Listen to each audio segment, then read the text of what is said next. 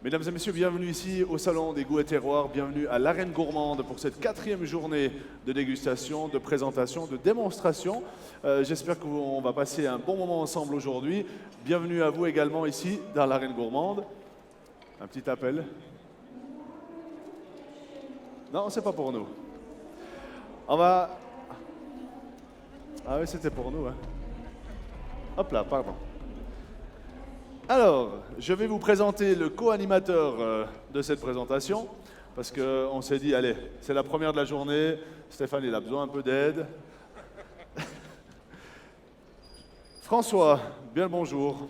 Bonjour, bonjour à vous. Donc, je m'appelle François Pitou Gruyérien, mais je suis là comme représentant de la Suisse auprès de la FAO à Rome. Et je suis là aujourd'hui pour aider nos deux invités de la journée et aussi d'une part pour faire un peu de traduction entre l'anglais et le français, mais aussi un peu pour vous parler dans quel contexte Anita et Kalyan sont venus aujourd'hui au salon pour présenter leurs recettes. Justement, donc les deux premiers invités, c'est Aliane et Paul. Je demanderai Kalyan et Anita. Merci beaucoup, premier rang est très attentif. Je vous demanderai de les applaudir, s'il vous plaît.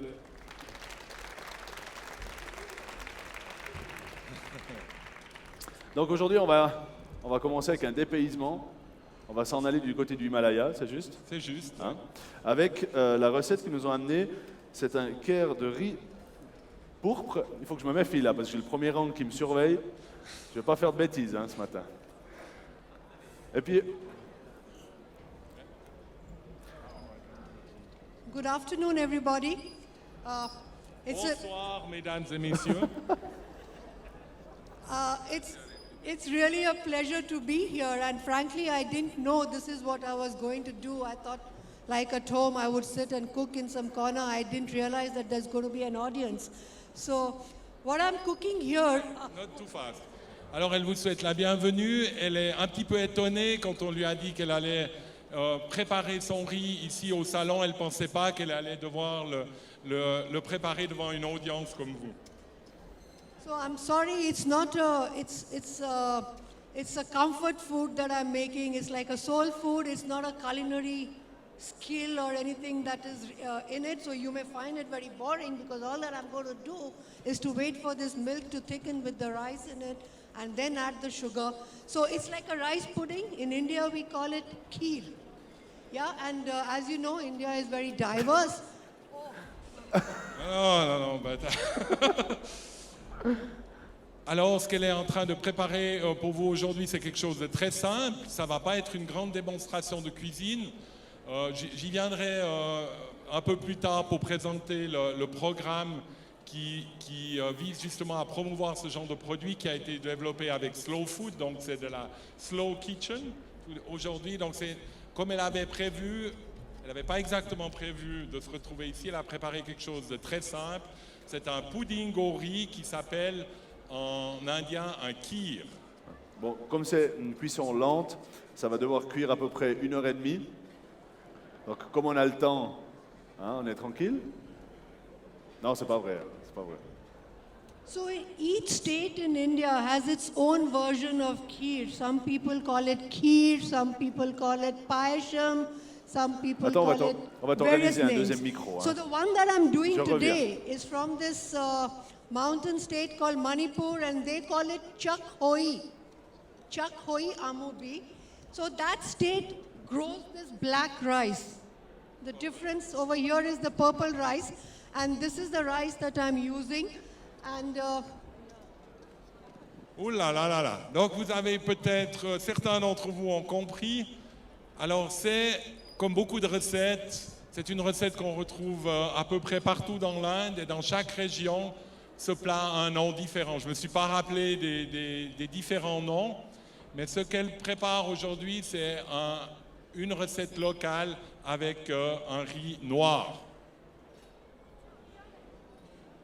Et aussi, je dois vous informer aujourd'hui que pour Anita, c'est une autre première. Elle n'avait jamais cuisiné devant un groupe comme ça.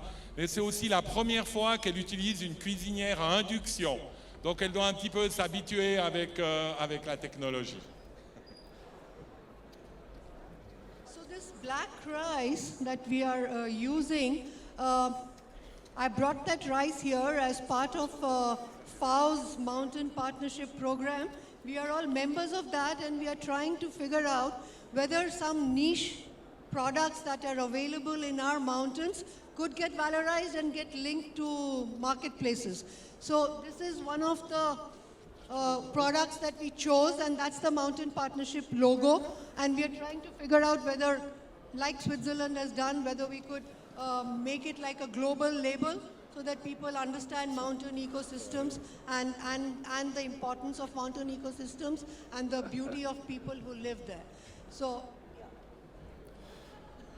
Oui, non, mais c'est du, C'est bon c'est du live, hein. C'est du live, c'est bon? C'est bon. C'est bon. Voilà. Alors, peut-être ce que Anita a mentionné, c'est l'origine et l'histoire du riz noir qu'elle utilise aujourd'hui. Et c'est une des raisons pour laquelle moi, je suis ici revenu de Rome à Bulle, parce que nous avons le stand de la FAO qui se trouve un petit peu plus loin. Donc, je fais un peu de publicité. Si vous avez du temps dans la journée, vous pouvez, n'oubliez pas de visiter le stand de la FAO. C'est quoi le stand? C'est quoi la FAO? La FAO, c'est très bien des fois. Oui, parce La que- FAO, c'est l'Organisation des Nations Unies pour l'alimentation et l'agriculture qui mène toute une série de projets, d'activités dans le monde entier, justement pour promouvoir, pour s'assurer que la planète va pouvoir produire suffisamment de nourriture pour nourrir toute la planète. Et un des programmes qu'ils ont lancé, ça s'appelle le Partenariat pour les montagnes.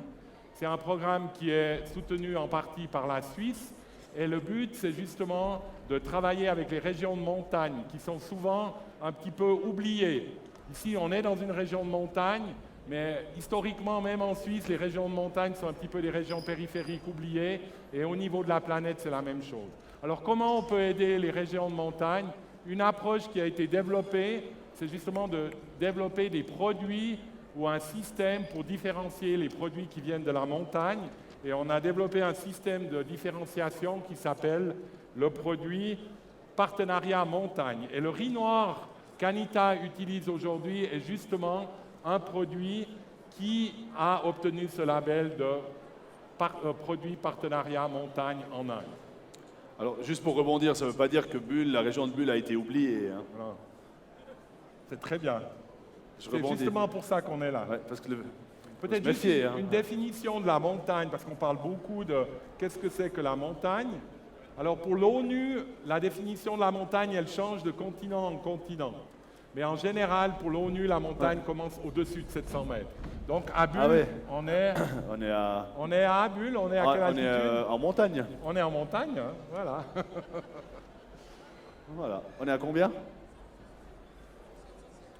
C'est la 750. Bernoise qui dit 750. You can go. Continue. Bravo. Bravo. Yeah, but make short sentence so I can translate. Quoi? J'ai envie de faire des courses.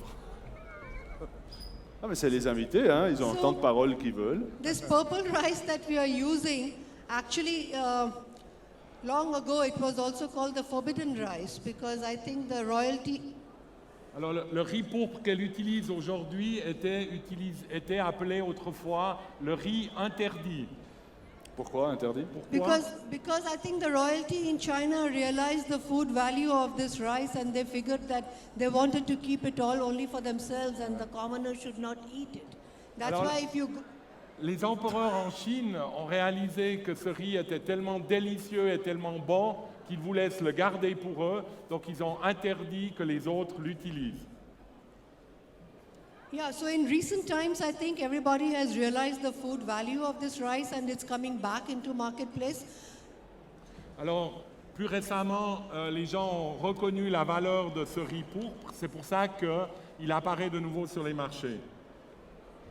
So they state that this rice is grown in the 7 northeastern states of the Himalayas in India. And it goes down to Myanmar, comes up to Thailand and on to China. Traditionally, this was the belt that carried this rice. Alors, le riz pourpre, on le trouve dans les 7 États qui se trouvent au nord de l'Inde, les 7 États himalayens de l'Inde, et on le retrouvait aussi au Myanmar,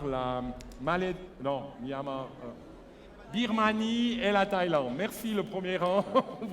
Il est incroyable. Le premier rang, il est incollable. So actually when this rice is there in the fields, it's very beautiful because the rice biodiversity is such that even the plant actually is purple in color, this is what it looks like. Alors so the fields look very pretty. Alors les champs où pousse ce riz sont magnifiques en termes de biodiversité et de couleurs, parce que la plante, ce n'est pas uniquement l'épi qui est pourpre, c'est toute la plante qui est pourpre, donc vous avez des champs de riz qui ont cette couleur pourpre. Mais mis à part de la couleur, vous allez demander qu'est-ce qu'il a comme spécificité ce riz? So beside the colors, what are the specificity So the of this rice? nutritional value is there. I think the purple color comes from this outer coating which has high oxytocin in it, and that's what gives it that color. And what is nice is this is absolutely organic to the extent that this community of farmers, they don't even use farmyard manure.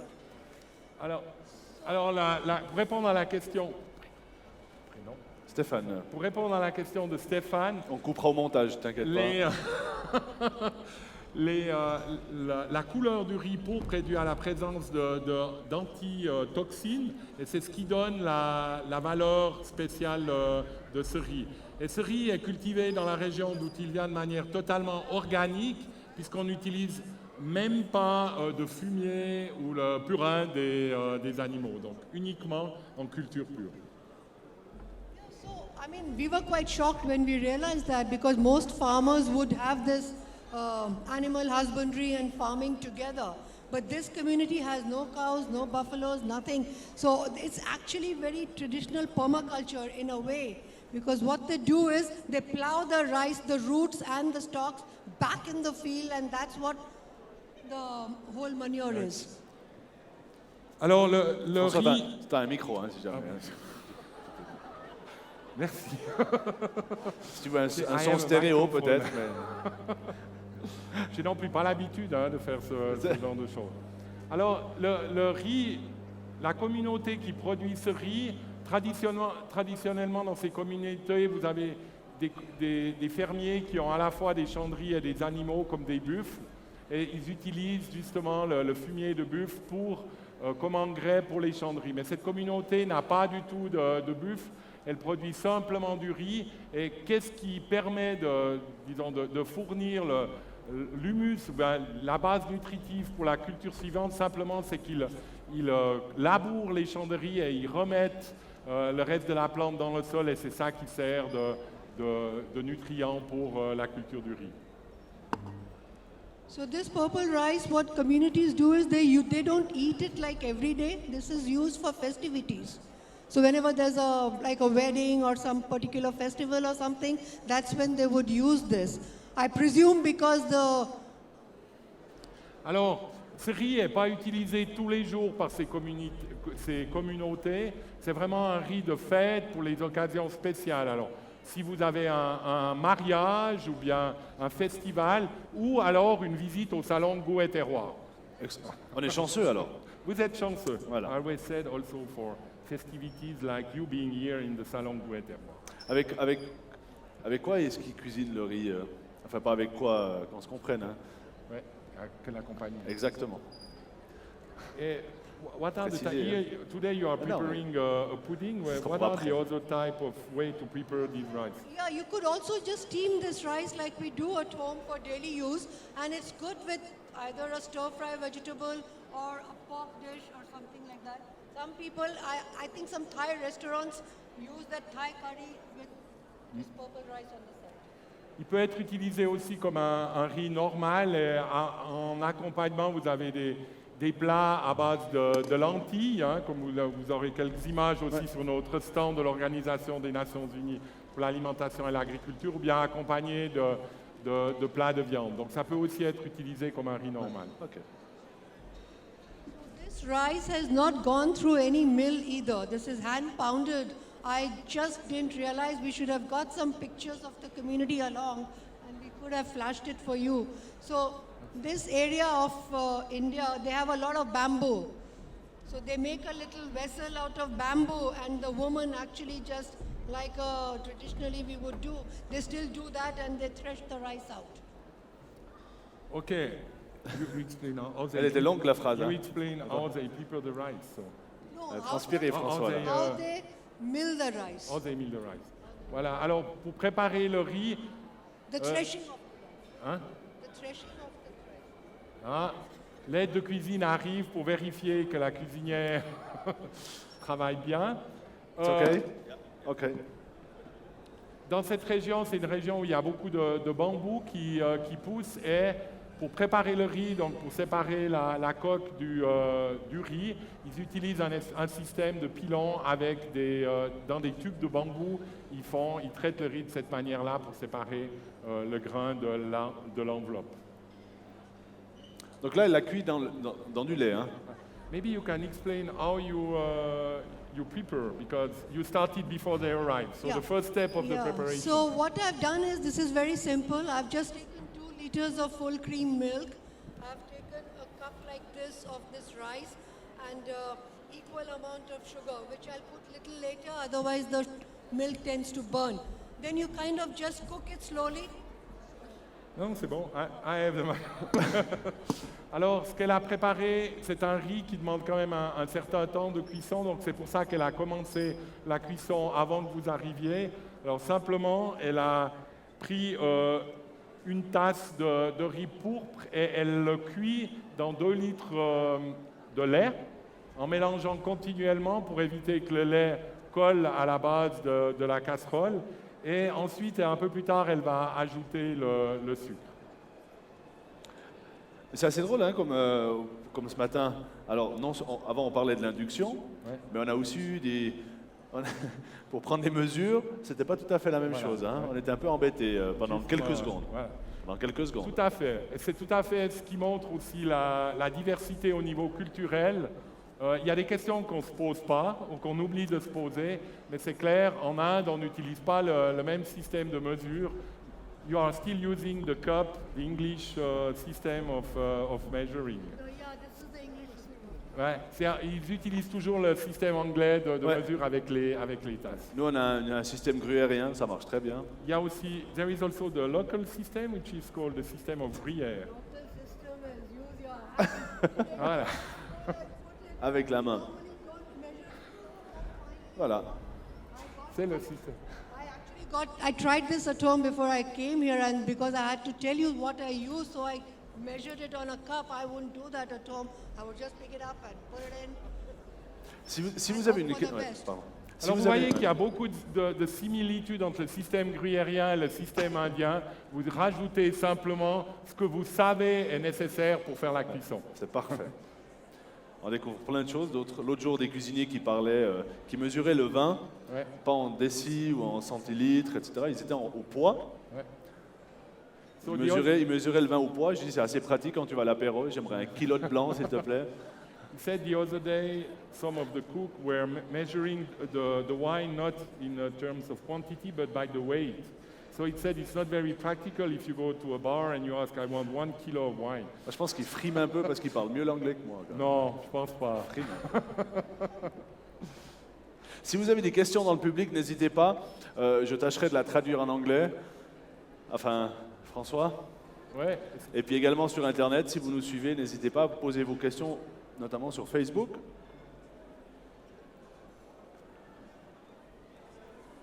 Combien de temps faut-il cuire le riz? Vous avez vu mon anglais? Parfait. How long do you need to cook the rice? Yeah, so that's the boring part of it. Normally it takes about an hour. It's the milk that's getting condensed, and the rice is getting cooked with the milk. How long? So actually, if you want to go have a walk and come back, that's also perfect. No, because we're on TV. because it would have happened, and you can come for tasting. time. J'étais pas loin. That's hein, not a bad idea. ce que je vous disais tout à l'heure. Hein.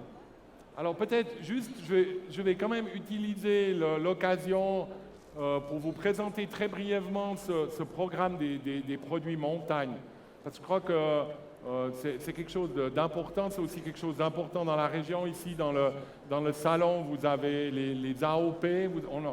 On a développé beaucoup de produits sur la base de ces indications d'origine. On a aussi en Suisse un système maintenant d'indications pour la montagne, les produits de montagne et les produits d'Alpes. Alors ce que la FAO essaye de soutenir au niveau international, c'est la même approche. Et ce programme a été lancé en 2006 avec Slow Food. Et à l'heure actuelle, on a 17 produits qui ont été développés et qui bénéficient de ce label. Voilà. This is the thing about cooking from scratch. I mean, families would just sit around, it would sit and simmer on the side, and you can carry on with your life, and and kind of it goes on and on. Yeah. So when we are doing this for, like, say, I have invited some people over, I would do this in the morning, leave it in a corner, let it keep happening, and yeah, it would be done before that. So. Ok, alors ce qu'elle a expliqué en disant, c'est la manière dont ils font la cuisine dans son pays. Ils commencent à cuire et après ils vont vaquer à leurs occupations, ils vont se promener un petit peu et puis ensuite ils reviennent pour consommer le produit. D'ailleurs, Kalian, il a disparu. Hein. Et Kalian, où il est Kalian? Il est là, Kalian. Il est là. Il a préparé le riz à madame et puis... He's there. He's there. Sorry.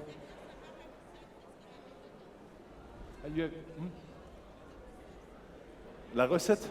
La recette. Oui, mais on a le temps. Hein. On a le temps. She explained already. Ça, c'est dans le protocole un peu plus tard. Hein. À peu près, on est dans 90 minutes, on donnera la recette. Slow cooking, c'est comme ça.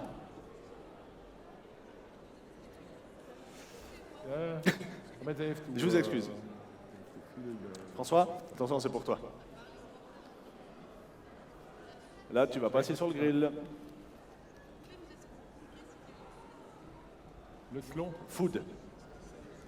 Alors, c'est manger doucement. Alors, slow food, si vous voulez en savoir plus sur slow food, vous allez dans le stand suivant. Il y a même une roulotte où vous pouvez tester. Alors, le slow food, c'est un mouvement qui... Je dois être très prudent puisque c'est transmis sur Internet. Non, je dois éviter d'avoir des retours spécialement de M. Joseph Ziziadis, que certains d'entre vous connaissent certainement. On va aller le chercher. Et qui se trouve juste derrière. On va aller le chercher. Je crois que le plus simple, c'est que ce soit lui qui vienne pour répondre à votre question. Puisque ce produit a été justement développé en une collaboration entre la FAO et Slow Food. Donc Stéphane est parti le chercher parce qu'il se trouve juste là derrière. Et vous êtes ici je suis là pour essayer de répondre à vos questions. Mais n'oubliez pas de revenir d'ici 20 minutes pour tester le produit final. C'est elle qui a suggéré.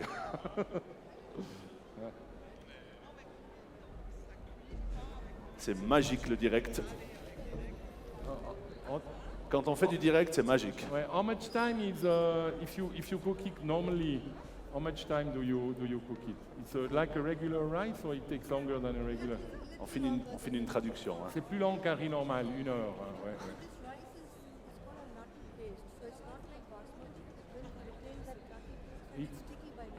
Il a un goût très spécial et il est collant par nature. C'est pas comme du riz basmati. Donc c'est un riz qui a sa propre saveur. Et il est en vente.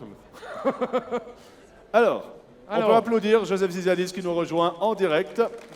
Alors voilà, il y a une question de madame. Question. À chaque fois qu'il y a une question, on va chercher les intervenants. On va chercher. Il trouve tout de suite n'importe qui dans la rue, puis il dit venez voir.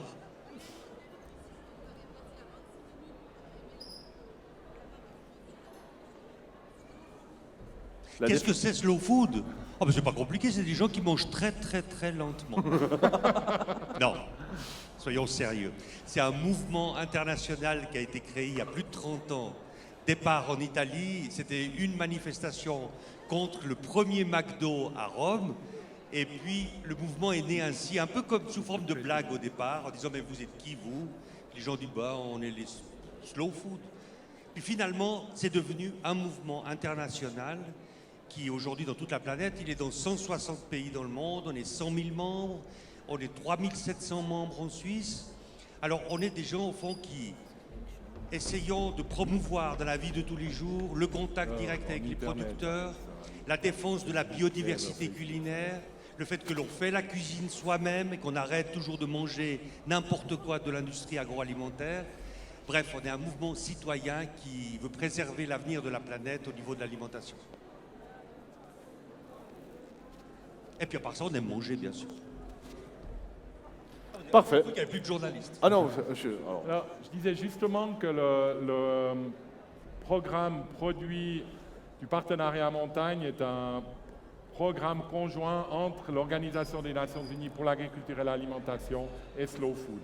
Oui, parce qu'en plus, le lien direct avec la FAO, bon, ça c'est un ambassadeur, donc vous voyez un peu, c'est un imposant ambassadeur de la Suisse à Rome.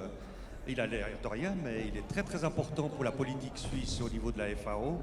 Eh bien, il n'empêche que nous avons des liens très étroits entre la FAO et Slow Food, parce que notre président international, qui était hier, vous pouvez lire son interview dans Le Matin aujourd'hui, il était hier parmi nous à Bulle, et il a été nommé par la FAO comme ambassadeur extraordinaire du programme Fin Zéro de la FAO, donc pour l'Europe. Et donc, au fond, on a des liens parce qu'il y a des choses qui nous sont très proches entre ce que défend la FAO et Slow Food au niveau international. extraordinaire. Merci pour ces explications. Mais avec plaisir. Tu restes avec nous un moment? Pour manger. Combien de membres attendez, on va... Hop, hop, hop. Alors, tous nos micros sont pris. Bien. On improvise. Ah ouais, je dois faire... Ok. Je vous remercie, mais avec le bio, y aura-t-il assez à manger pour tout le monde, puisque ça rend 30% de moins? Allez. Le débat est lancé.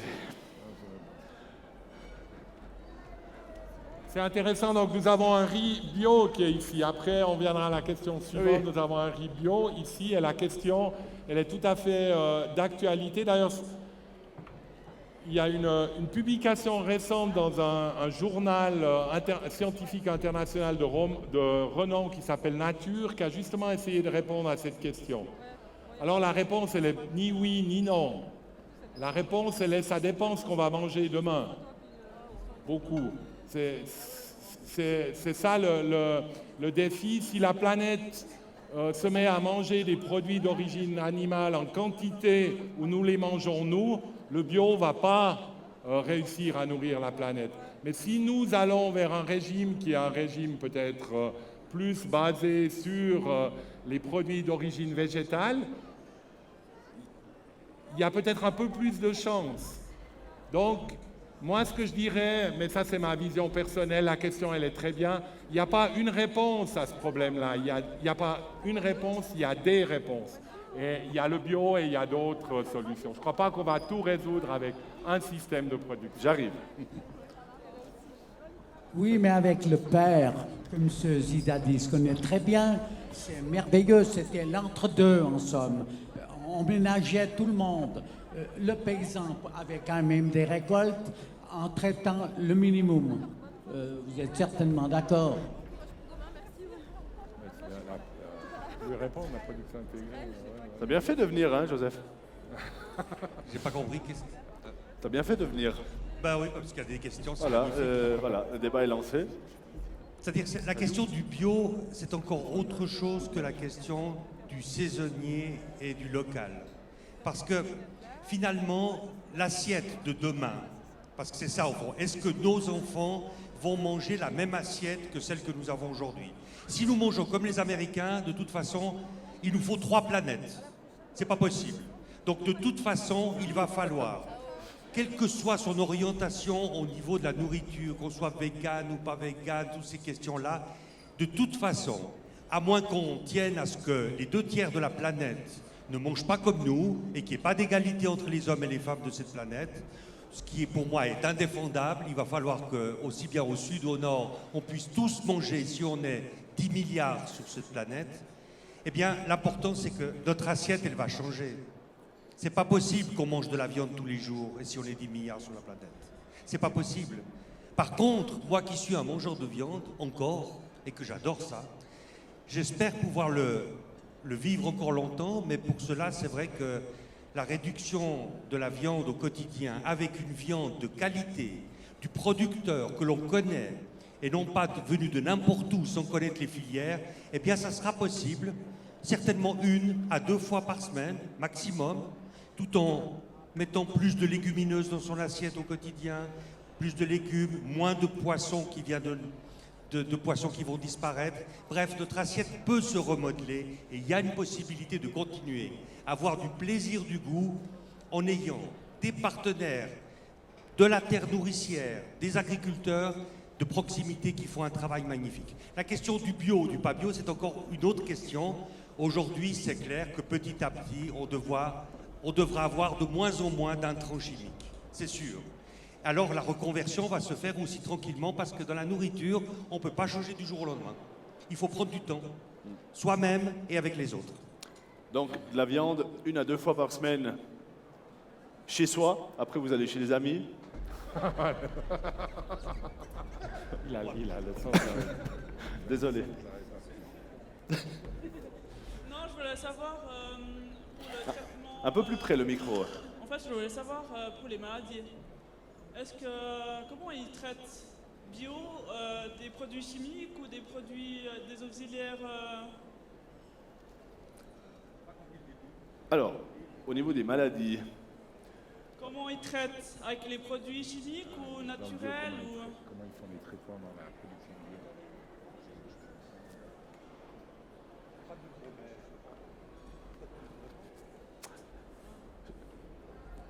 où ils font un transfert de micro. Un transfert de microbes. Micro. Bah oui. Alors, je ne suis pas un spécialiste du bio, hein, soyons clairs. Je veux dire, c'est clair qu'aujourd'hui, il y a différentes façons. Il y a, que ce soit en viticulture ou bien dans les autres, que ce soit les maraîchages ou ailleurs, ceux qui sont en bio sont en reconversion lente. Ils utilisent un certain nombre de produits phytosanitaires qui sont reconnus pour le bio, par le bio. Et les produits dépendent évidemment du mode de culture et surtout de ce qu'on fait. Je ne peux pas vous donner de réponse définitive, il faut utiliser tel ou tel produit. Non, mais en Inde, ils utilisent quoi Voilà, comme, c'est ce que voilà. j'allais poser la question. Alors, What type of treatment you use to fight against a pest when you cultivate the rice? What is the technology you use or the practice you are using to fight against the pest? See, actually, this is cultivated in the most traditional way, what people have been doing for maybe 1,000 years plus. So nothing external is used in the fields at all. This rice grows about 6 feet. It's taller than this gentleman. And they take out the grains from the top and the entire stalk is plowed into the soil. So the soil actually is as pure as it is, as it was when the world was made actually. You never have problem with insects trying to... No, because he's got his own ecosystem working there for hundreds of years. And there's been no external input at all of any kind of fertilizer or pesticide or insect management. It's all completely natural and it does well. In fact, the production of this rice per unit is more than the production of so-called high-yielding varieties. T'as pris des notes In the agricultural colleges. T'as pris des notes, François? Oui, je vais essayer, Ok. je crois, mais ils me corrigent au Ouais. premier rang. Là, t'as 2 micros, hein, si Là, jamais. j'ai deux micros, ouais, c'est ça. Alors, ce qu'il a simplement expliqué dans le système, comme ce que j'ai mentionné auparavant, traditionnel pour la culture du riz pourpre, ils n'ont pas de... On cultive sans traitement, sans engrais, sans traitement chimique depuis toujours, et le système est équilibré. Donc, de manière générale, ils n'ont pas de problème majeur avec les insectes ou avec d'autres maladies. C'est un riz qui est très grand. Vous savez que normalement, le riz est plutôt petit. C'est un riz qui est très grand et qui a des rendements qui sont au niveau du rendement des variétés dites traditionnelles qu'on utilise pour la cultivation du riz. But it's a rice which is cultivated on dry or in water? In the upland, in the mountain. Yeah, but you grow it in the water? It's a water-based system. Okay. Not much. But it's not like the rice traditionally in pound or? Yes, but it is in the high up in the mountains. Yeah. There The rest of the rice is in the plains. Ah, ok. So what we do is we grow the seeds in a nursery, Yep. and then the seedlings are transplanted into the fields. Yeah, ok. Then the fields are flooded with water, Okay. and then let it grow. Alors elle explique comment ils cultivent le riz, ils le font germer dans des nurseries, dans des, ils les préparent, ils font germer les plantes, et ensuite ils vont les planter dans le champ, et ensuite ils inondent le champ avec l'eau et laissent le riz pousser. Excellent. Donc là, on est bientôt à 1 heure de cuisson. Voilà, it's almost Ah, ready. Joseph, il y avait une question dans le public. 5 minutes. C'était de c'est savoir prêt. si... je m'excuse hein, si je t'ai coupé la parole. Si c'était meilleur que ce que tu avais mangé dans les 26 minutes. Nettement meilleur. Qu'est-ce qui s'est passé à l'émission les 26 minutes? C'était lamentable ce qu'ils m'ont fait faire. Je l'ai encore le souvenir. Et t'as pas eu le choix? T'as pas eu le choix? J'ai pas eu le choix. Non. Ouais. Ils étaient rudes avec toi, ils t'ont maltraité. Oui, c'est de la maltraitance. Carrément. Ouais. Ouais, ouais, ouais. Mais pas animal. Oui, non, ça c'est 1 jour sur 2, ça.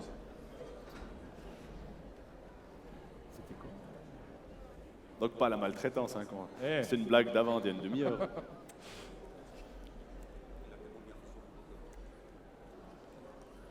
Elle est bon? Elle est bonne. La noix de cajou est bonne. So you want to continue to explain where you are? Donc le kitchen boy il commence à travailler. Yeah, so basically I added the sugar, and that is in the process of Merci Joseph. almost done.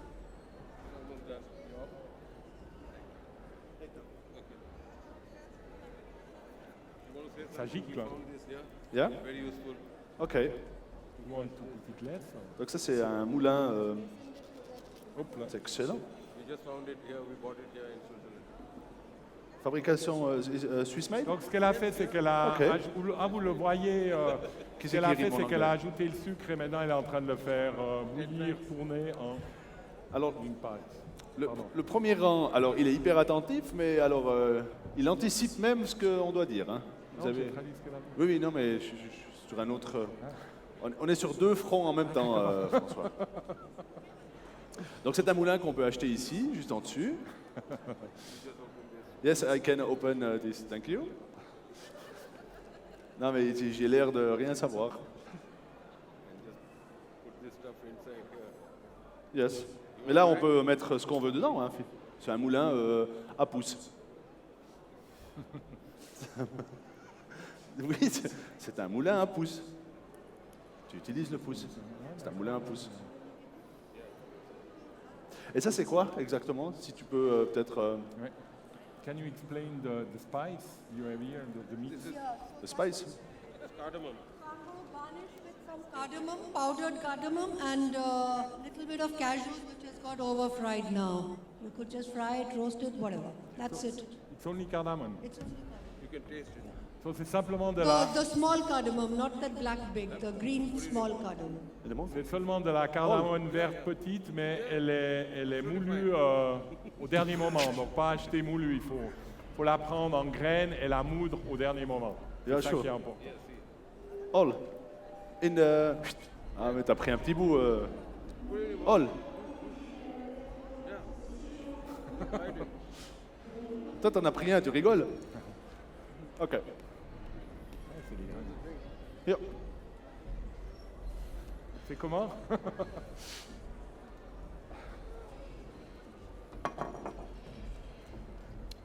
C'est surprenant. Surprenant. Classe. J'avais pas de caméra sur le coup. Hein. C'est excellent. Classe.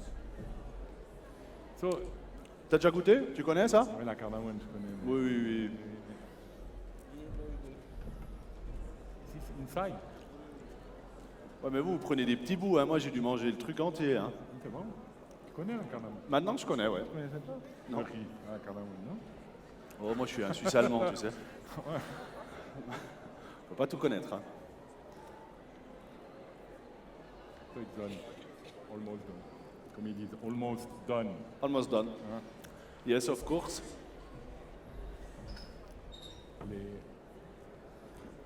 Bon, puis sinon, à part, on en a parlé tout à l'heure, à part le riz, dans leur région, ils ont quoi comme, entre guillemets, spécialité? Quels sont les produits qui travaillent?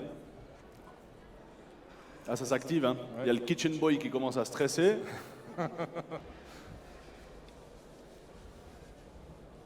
So what are the other specialities of your region? One product or two plates special from your region? Ah, je sais pas, ça peut se poser là? Ouais, c'est bon. Now you can go. Chez vous, vous avez des spécialistes du riz dans les plantations. Nous, on a Madame Zoug. L'éteindre.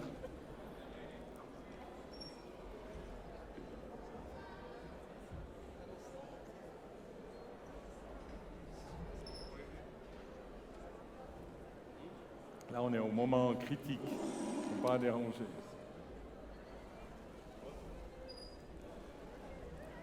C'est clair qu'en cuisine, dès qu'on a des moments critiques, l'homme arrive en cuisine. C'est juste. Oh, je plaisante.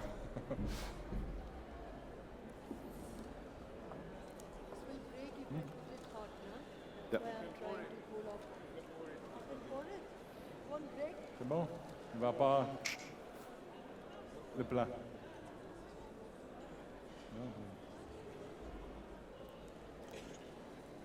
Yes, better. Et on improvise. Elle a déjà été là. Ouais. On va voir. Ouais, vous n'étiez pas assez rapide, Madame Zoug.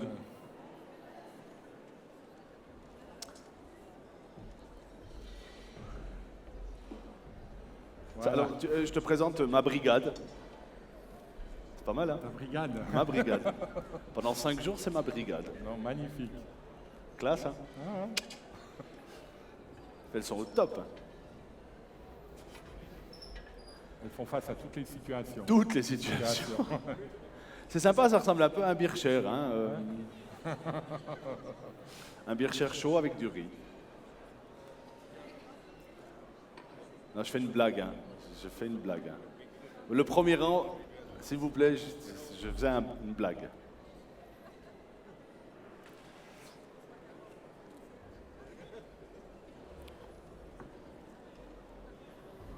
On a perdu la perche à selfie, hein, par contre. Hein. Elle est partie? Oui. Elle est partie?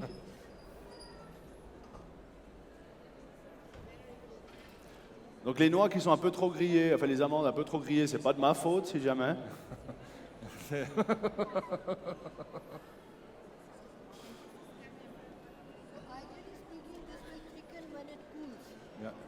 Hein? When it cools, it will thicken down a bit. Yeah, yeah. Quand ça va refroidir, ça va se concentrer. Hein. Donc la Ouais, masse se mais concentre. on peut le goûter chaud. Hein. Mais normalement, on le goûterait plutôt froid. Mais je crois qu'ils l'ont mis dans le frigo là. il me semble. Voilà. Alors peut-être expliquer la recette là. You need to explain what you are doing. So what I did was actually, I just waiting for the milk to get thickened. It'll kind of leave the sides of the pan. You would know that it has got done. But don't overcook it because once the pudding kind of cools, it thickens on its own also. So you'll just trial and error, you'll know when to take it off. Alors je résume, vous devez le cuire assez mais pas trop. Enfin, vous devez vraiment savoir quand il est bon. Et c'est là que vous le mettez dans le plat. Les détails. Non, mais- Comment Bon ils le appétit. servent? Comment ils le servent chez eux? How do you serve it in your country? How do you serve it? We take bowls, Dans des bols? Dans des bols. Ouais. serving bowl, those little bowls. Yeah. Ouais. Des little, c'est des bolinets quoi. C'est des- Alors, ils les servent dans les bols, qui sont d'ailleurs, les bols sont derrière toi. Alors c'est plutôt froid. Tiens, cool. Donc comme on n'a pas encore, on a encore exactement 1h30 devant nous. Non, non, c'est pas vrai, c'est pas vrai, c'est pas vrai. Une question? J'arrive tout de suite. Or reheating room temperature. Ils sont refroidis. Sometimes in winter you also have, C'est bon? but that's your choice. Normally you put it in the refrigerator. Ah non, c'est bon, c'est bon. Oui, oui, oui. Oui. François? Ils sont là pour tout le salon? Pour la durée de tout le salon? Ah. How long are you staying until tomorrow or are you leaving today? Alors, ils vont quitter aujourd'hui, donc si vous voulez encore les rencontrer, Et puis, surtout, si vous aimeriez acheter du riz, si vous voulez acheter le riz, c'est unique. Hein. En Suisse, je pense qu'on le trouve uniquement au salon Goût et Terroir, celui-là. C'est vraiment un cadeau unique pour Noël. Personne d'autre ici à Bulle pourra offrir ce riz. Donc vous pouvez l'acheter ici ou sur le stand de la FAO jusqu'à dimanche 5 heures. Mais je vous informe, les stocks sont limités. Donc n'attendez pas trop longtemps. alors il y avait encore une question dans le public, François, Ouais. si jamais. Comment on l'appelle ce plat en hindou? Pardon? Comment on l'appelle le plat? Le nom du plat, Alors le plat, ça s'appelle Kheer. Kheer, K-H-E-E-R. Et on m'a dit de dire que la recette est à disposition. C'est voilà. correct ou j'ai pris ton oui, travail? oui, tu m'as pris mon travail, mais ça fait 1 heure que tu prends mon travail. La recette est disponible, bien sûr, sur papier. Vous allez pouvoir la récupérer après la dégustation. Et puis on vous encourage, effectivement, pourquoi pas, acheter un de ces packs de riz. C'est assez unique. Vous n'aurez pas souvent l'occasion. Alors, elle vient de dire... Oui, François. Elle vient de dire, j'ai contrôlé, c'est parfait. C'est parfait. Alors je vous demanderai de les applaudir, s'il vous plaît, juste avant de passer à la dégustation.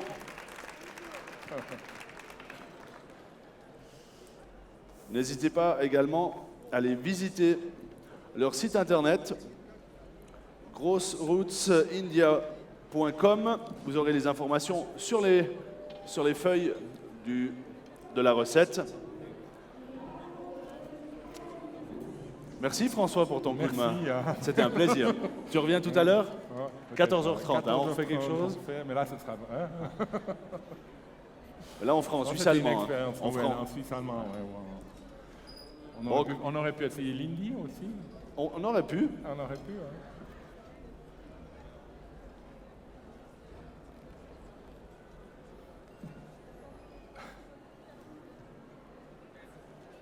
Alors tu vois, comme c'est nouveau pour toi, je vais te montrer un truc. Tu vois là, on va passer aux dégustations. Donc tu vois que les gens là, ils deviennent gentiment un peu nerveux. Parce qu'ils... Voilà. Puis il faudra bien observer de quel côté la dégustation va partir. Parce que si elle part à droite, ceux de gauche, ils vont faire la tête.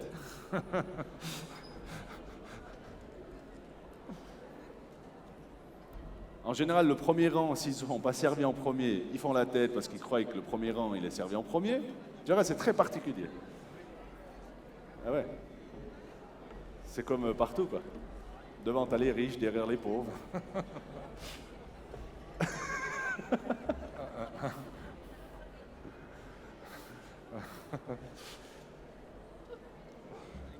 Merci. Allez, c'était cette première présentation ici dans l'Arène Gourmande pour ce 4e jour des Goûts et Terroirs. Je vous demanderai encore une fois d'applaudir Kalian et Anita Paul pour leurs recettes et leurs prestations. Quant à nous, on se retrouve d'ici 1 heure pour la suite des présentations dans l'Arène Gourmande. À tout de suite.